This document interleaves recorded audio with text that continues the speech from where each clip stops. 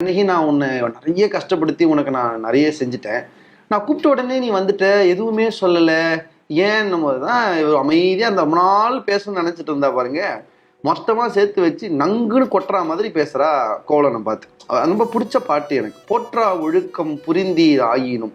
அவன் என்ன சொல்கிறான், நீ பண்ணது எதுவுமே நல்ல விஷயம் இல்லைடா, போற்றா ஒழுக்கங்கிறான். இதெல்லாம் ஒரு வேலையா நீ பண்ணியிருக்கிறதுன்னு ஊர் மக்கள் கேவலமாக பேசுகிற விஷயத்த தான் நீ செஞ்சுட்டு வந்திருக்கிற. போற்றா ஒழுக்கம் புரிந்தீர் ஆயினும்.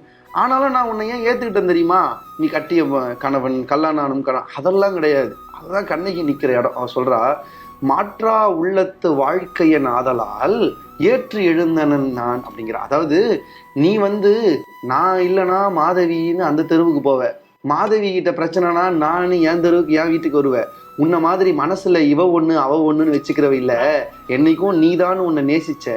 ஏற்று எழுந்தனன் யான்னா, நீ கூப்பிட்டதால நான் வரல, உன்னை பிடிக்கும், உன்னை விரும்புறேன், திரும்பி வந்திருக்க, உங்களோட வாழணும்னு ஆசைப்பட்டு நான் வந்தேனே தவிர நீ கூப்பிட்டு நான் வரலன்னு சொல்றேன். அந்த இடம் இருக்கு பாருங்க, கண்ணகி யாருங்கிறது அங்கதான் நமக்கு தெரியும்.